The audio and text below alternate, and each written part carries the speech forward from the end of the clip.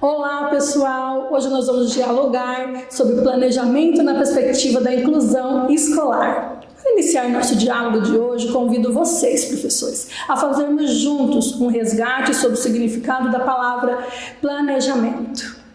De forma bem direta e objetiva, o que significa, no nosso cotidiano, o planejamento? Bom, o planejamento é uma ferramenta que contribui na sistematização, na organização das nossas ações do dia a dia, independente de estarmos relacionando ao trabalho, no nosso caso aqui, no cotidiano escolar, mas também esse planejamento vai ser uma ferramenta indispensável na organização do nosso dia a dia, inclusive. E quando nós pensamos no contexto escolar, o ato de planejar, ele deve ser sempre um processo de reflexão sobre tomada de decisões, pois é um instrumento indispensável para a racionalização de todo o trabalho, tanto no âmbito administrativo quanto também no âmbito pedagógico. E existem dois níveis de planejamento, o macro e o micro. Esses dois níveis de planejamento estão presentes dentro do contexto de toda a unidade escolar. Agora eu vou falar para vocês um pouquinho sobre o macro. Esse planejamento macro ele tem a ver com o planejamento da escola no âmbito nacional, estadual, e ele vai visar o quê? Valorizar a elaboração, a incorporação, a reflexão das políticas educacionais vigentes. A gente pode pensar nesse caso, enquanto exemplo, a articulação de um projeto entre várias escolas do mesmo município. Aqui de Cuiabá nós temos o projeto Anjos da Escola. É um projeto que tem apresentado dados significativos no desenvolvimento dos alunos e não só no âmbito acadêmico, mas também no âmbito comportamental. Então esses projetos vêm a contribuir com o desenvolvimento dos alunos e eles estão contidos dentro desse planejamento macro, tá? E falando um pouco também sobre o nível do planejamento micro, ele vai trazer o quê? Aspectos do planejamento global de cada instituição e deve corresponder às ações sobre o funcionamento administrativo e pedagógico também, tá? No qual esses aspectos administrativos e pedagógicos, o professor ele tem a tarefa de participar de ambos, tanto o administrativo, mas prioritariamente ser o ator protagonista do planejamento pedagógico. Isso é indispensável, né? Então o professor ele precisa ter muito claro na sua cabeça que ele vai fazer parte sim, né, desse planejamento administrativo, mas prioritariamente ele precisa ser protagonista de todo o desenvolvimento do planejamento pedagógico. Então, vamos tomar como base essa nossa aula de hoje o nível micro, que é o mais importante para pensarmos sobre planejamento pedagógico na perspectiva da inclusão escolar, voltada para, de fato, termos uma educação para todos. O nível micro, ele tem 3 esferas onde o professor vai atuar. A primeira delas é o planejamento curricular. O que é esse planejamento curricular?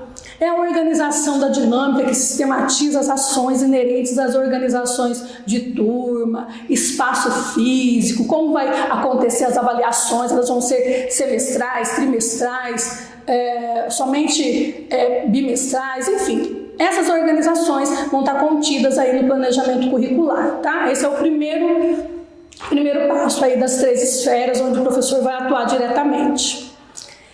Planejamento de ensino. O que é esse planejamento de ensino? Ele envolve o quê? Envolve a organização das disciplinas, da estrutura do planejamento, se a unidade escolar ela vai trabalhar por ciclo ou seriada, ela vai organizar as ações, né, dos educandos, como esses educandos vão trabalhar durante todo o processo de ensino, integrando, claro, a equipe gestora, toda a comunidade escolar vai estar envolvida na elaboração de uma proposta única de ensino, de acordo com o principal de tudo, que é levando em consideração a singularidade da realidade daquela unidade escolar, pensando que o que pode dar certo aqui na minha escola, na nossa unidade escolar, não vai dar certo numa outra unidade escolar. Por esse motivo, nós precisamos planejar de acordo com a realidade local, tá? E, por fim, nós vamos tratar mais diretamente do planejamento das aulas, que é o quê? própria, de responsabilidade de um professor ou de outros professores que serão colaboradores nesse sentido, né, nessa organização pedagógica, referente a todos esses trabalhos que serão realizados diretamente com os estudantes, né, com cada estudante dentro da sala de aula, no contexto escolar ali como um todo. Tá? Então, quem são esses professores colaboradores? Claro, vai ter o coordenador pedagógico, que vai estar inserido nesse processo, vai ter o professor de sala de recurso, se ele fizer parte, né, da unidade escolar, se essa unidade escolar tiver esse profissional, vai ser inserido nesse processo o professor intérprete, se também tivermos a necessidade desse profissional, vai ser inserido nesse processo também o professor instrutor, enfim, nós teremos no planejamento das aulas, em alguns casos, não somente o professor regente, mas também teremos outros professores envolvidos nesse processo. E quando pensamos no contexto de uma educação inclusiva, logo vem dúvidas, né? Como será esse meu plano de aula? Eu vou ter que fazer 2 planos de aula? Como será isso, né? O que fazer nesse caso? Então a gente percebe que tem muitas perguntas, muitas dúvidas. Pois bem, de maneira muito objetiva, vamos dialogar um pouco, né, sobre esse planejamento pedagógico na perspectiva da inclusão escolar. O planejamento escolar inclusivo, como eu vou denominar agora, deve ser flexível, contínuo e colaborativo. Percebem que nós falamos de outros atores que vão estar participando desse planejamento, né? Então, quando eu falo que ele é flexível, ele precisa estar a todo momento, eu posso inserir situações, atividades, situações, ações e vou dar sequência nisso. Não é porque não deu certo aqui que eu vou já parar, mas sim, ele vai ser sempre contínuo. E eu vou ter colaboradores que vão participar, que vão estar me ajudando nesse processo, tá? E deve permear também esse plano de aula por 2 pontos que são imprescindíveis. E quais são esses 2 pontos, né? A gente poder pensar juntos. Um desses pontos é o eixo de interesse dos estudantes. E o segundo ponto é atender a necessidade específica de cada estudante. Tá? Então, esses 2 pontos são imprescindíveis para a elaboração do nosso plano de aula. Nós estamos falando do nosso plano de aula comum, o seu plano de aula, professor. E aí eu vou falar um pouquinho para vocês sobre esse valorizar os eixos de interesse desses estudantes, para que a gente possa só dar uma relembrada, para facilitar a nossa compreensão. Eu trago para vocês o seguinte raciocínio. É muito fácil nós falarmos e lembrarmos das coisas que nós gostamos. Já parou para pensar que durante todo o tempo de escola, geralmente apresentamos domínio em algumas áreas de conhecimento mais que outras? Os eixos de interesse dos estudantes, eles estão presentes em nossa vida desde a mais tenra idade. E muitas vezes são quase determinantes nas escolhas de um curso que nós nos propomos a fazer. Até mesmo dessa formação continuada. Porque se eu não tenho interesse, se eu não gosto de estudar, ou se eu não tenho afinidade, não tenho intenção de trabalhar na área da educação especial, eu não vou ter interesse em fazer uma formação na área da educação especial.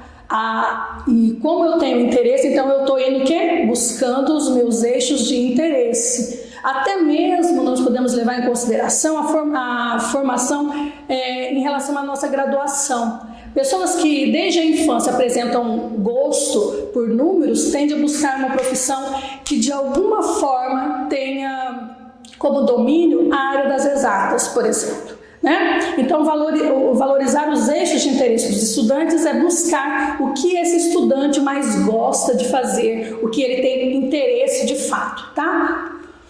E o segundo é atender a necessidade de cada estudante com necessidade educacional especial. E nesse caso, é necessário nós levarmos em consideração suas singularidades. Nós precisamos entender que não vamos fazer 2 planos de aula. Vejam bem, nós vamos falar sobre isso.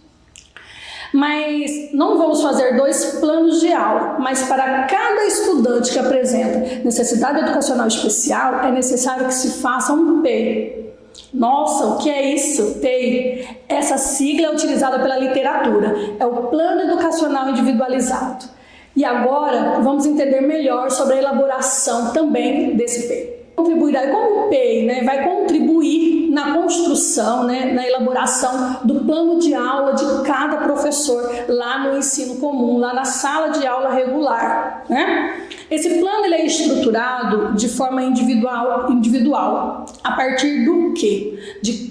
Do perfil. Esse plano ele é elaborado a partir do perfil de cada estudante, considerando alguns pontos que são relevantes. E eu vou estar trazendo para vocês agora esses pontos para que a gente possa estar dialogando sobre cada um deles. Então, um dos pontos que nós temos que levar em consideração são os termos comportamentais, Esse plano ele vai estar sendo construído a partir do quê? O profissional ele vai estar analisando os termos comportamentais desse aluno, como esse aluno ele se comporta no contexto da unidade escolar, no geral. Então, ele vai estar dialogando com todos os atores ali que fazem parte da comunidade escolar. Ele vai estar olhando também, vai estar analisando como esse aluno ele é socioeconômico, como que funciona, ele tem qual que é a estrutura socioeconômica desse estudante. Também vai estar analisando, em contato com seus familiares, o contexto familiar, qual que é a história familiar, o contexto familiar que esse aluno está inserido. E, por fim, o foco principal que este plano também vai abordar é o nosso foco educacional. E assim, pensando nesse foco educacional, nós vamos analisar de forma mais precisa as necessidades educacionais especiais de cada estudante, de forma individual. E na elaboração do PEI, nós vamos considerar o quê? Eu sempre digo que nós temos 6 eixos que contribuirão com a eficácia do seu plano de aula, professor. E esses eixos, eles contribuem não só para o seu plano de aula, mas também para que possa ser incluído todos os estudantes com ou sem necessidades educacionais especiais nas atividades que você vai propor. Então, é super importante que você, enquanto professor, possa analisar passo a passo, com bastante detalhes, cada um desses eixos, para que a gente possa ter aí, então, um trabalho bastante envolvente, que você possa perceber que esse trabalho que você está construindo vai facilitar o desenvolvimento do seu dia a dia, lá na construção do seu plano de aula. Um desses eixos são os aspectos de interesse dos estudantes que nós já tratamos um pouquinho ali atrás, Então, um dos eixos bastante significativo é levar em consideração que esse aluno, ele de fato tem interesse, Um outro ponto, um outro eixo que nós temos que também acompanhar bem de perto e verificar com bastante propriedade as possibilidades de acompanhamento que esse aluno precisa. Ele precisa de um professor intérprete, ele precisa de um profissional para fazer uma aula diferenciada com ele, professor de sala de recursos para poder acompanhar isso mais de perto, Então, possibilidades de acompanhamento desse estudante. Esse estudante está desenvolvendo, de fato, o que ele precisa para esse desenvolvimento. Um outro fator que está dentro desses eixos, esses 6 eixos que eu trago, que penso que é extremamente relevante na construção do PEI, é o conhecimento prévio desse estudante. O estudante, você precisa perceber o que ele já tem de habilidade, que ele consegue já desenvolver. Esse estudante ele tem coordenação motora, o que esse estudante consegue fazer já, ele tem habilidades para artes, ele tem habilidades para música, enfim. Eu vou conhecer, eu vou verificar quais são esses conhecimentos que esse estudante já tem adquirido. Falando também de um outro eixo que é bastante significativo, nós levarmos em consideração a necessidade e as prioridades da aprendizagem. Bom, professora, o que é isso, essa necessidade e prioridade de aprendizagem? Todo aluno ele precisa ser alfabetizado, ele precisa acompanhar as aulas, né? Geralmente são essas as falas que nós escutamos enquanto dúvidas, né, e questionamento dos professores lá no chão da escola, porque nós aqui dentro do CACIES, nós fazemos esse contraponto, nós estamos nesse atendimento constante dentro da unidade escolar, participando desse dia a dia, né, da construção desse trabalho, acompanhando o desenvolvimento inclusivo dos estudantes lá no chão da escola. Então nós ouvimos diariamente algumas dúvidas em relação a esses casos. E aí o professor ele vai perguntar, né, por que dessa necessidade de priorizar essas necessidades de aprendizagem, o que é isso, né? E aí, para que a gente possa exemplificar melhor, para vocês compreenderem melhor o que significa essas necessidades, né, e prioridades de aprendizagem, porque nós precisamos levar isso em consideração dentro da construção do PEI, digamos aí que nós temos um estudante autista e ele ainda não consegue parar sentado, ele não consegue ter essa interação com seus colegas, com seus pares ali na sala. Então, nesse primeiro momento, nós não vamos pensar na construção de um plano de aula voltada para alfabetizar esse aluno, mas sim, primeiramente, para ensiná-lo a se relacionar com seus pares, a sentar, a estar ali naquele cotidiano da sala de aula. Precisamos pensar em métodos, né, que possam contribuir, que esse aluno possa aprender essa necessidade prioritária de agora, que é o sentar, que é fazer essa interação social. Percebem que é por esse motivo que nós precisamos ter esse olhar significativo. Na construção do PEI, isso vai estar ali, dentro dessa construção, para que o professor, quando for fazer o plano de aula, ter isso mais rápido no seu desenvolvimento, tá? Ele já vai perceber, opa, eu preciso trabalhar nesse direcionamento aqui, tá? Também nós podemos falar um pouco sobre os recursos e estratégias, está dentro desses 6 eixos também, que é de extrema relevância. Para falar de recursos e estratégias pedagógicas, nós podemos pensar também no estudante que ele tenha baixa visão, por exemplo, né? Que recursos será necessário para ele para contribuir com o desenvolvimento de um estudante que tem baixa visão, né? É um recurso óptico? É utilizar de uma estratégia de colocá-lo mais próximo à lousa para que ele possa ter uma visão mais dinâmica das atividades que estão sendo propostas? Tudo isso deve ser observado e contido no PEI para poder facilitar, fazer esse contraponto com a construção do seu plano de aula. Que profissionais esse estudante vai precisar?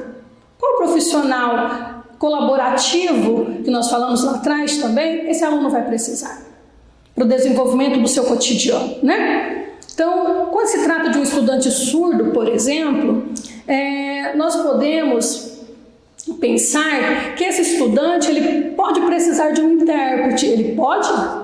Não, ele deve precisar de um intérprete. O estudante surdo, ele precisa de um intérprete. Ou se ainda não tem domínio da Libras, que é a primeira língua, que é a língua materna do estudante surdo, ele possivelmente vai precisar de um professor instrutor. Para isso, eu preciso, inclusive, da colaboração para essa análise do meu outro professor, que é o professor intérprete, para que nós dois possamos juntos dialogar, fazer essa observação mais próxima, para podermos definir se há necessidade dessa contratação ou se não há necessidade desse outro ator, que é o professor instrutor, para poder ajudar nesse processo do desenvolvimento do aluno surdo.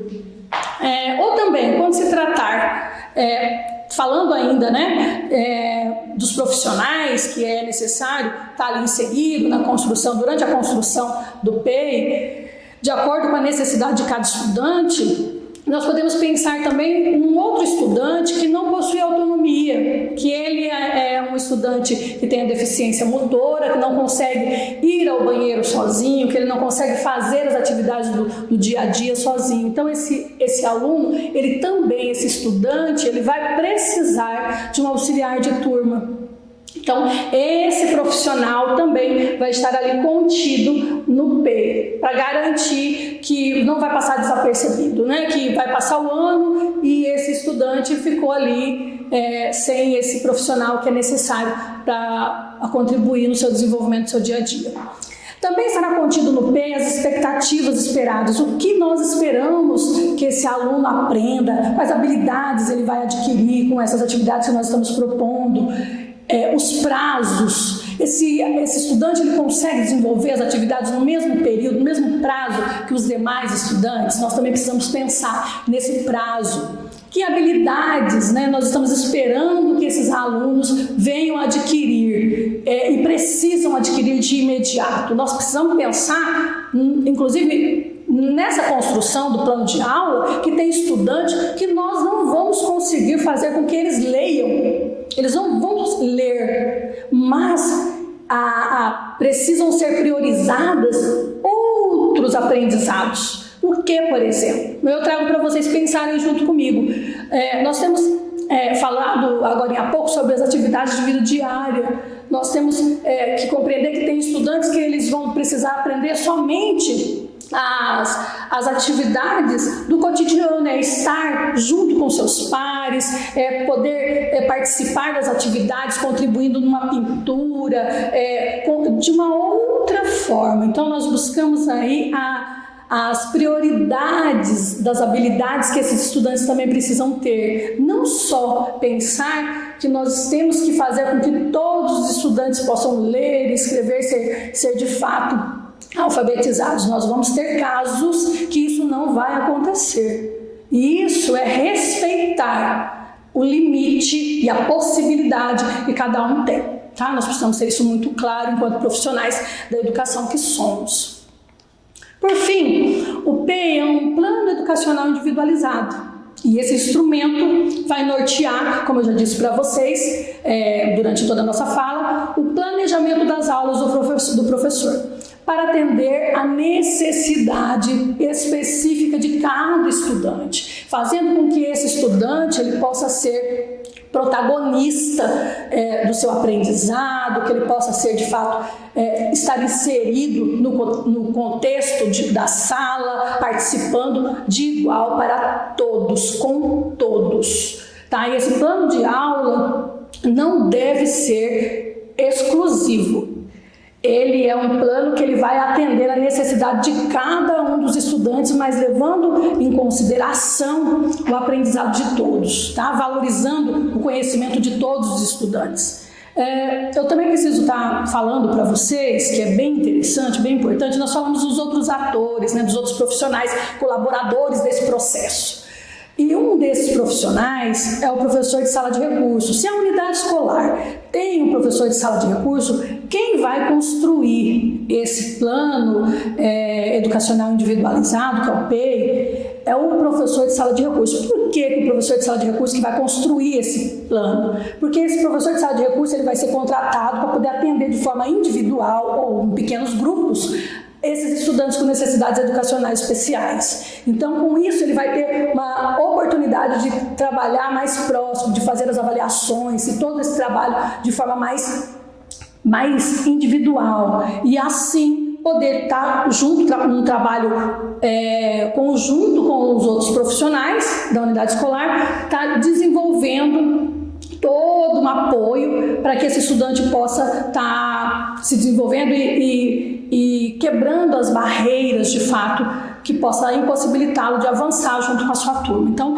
se existir esse profissional dentro da unidade escolar, que é o professor de sala de recursos, quem vai ser responsável é esse profissional. Mas, em casos que a unidade escolar não possua a sala de recursos, quem vai ser responsável em elaborar o plano educacional individualizado para cada estudante com necessidade educacional especial é você, professor, você que é responsável pelo seu aluno. Tá? Isso, você precisa pensar que esse plano ele vai contribuir, vai facilitar o seu trabalho no seu cotidiano. Tá? E quando pensamos em necessidades de cada estudante, nós temos que levar em consideração, como já falamos, a singularidade de cada estudante. Isso faz com que ele possa ser valorizado na sua integralidade, desenvolvendo suas habilidades e competências. E assim, nós vamos respeitar as suas limitações, né? Como falei agora há pouco, tem alunos, tem estudante que nós não vamos conseguir fazer com que eles aprendam a ler, mas ele faz uma outra leitura, ele terá um outro tipo de leitura, que é a leitura de mundo, e isso faz toda uma diferença, isso faz todo um diferencial na vida desses estudantes.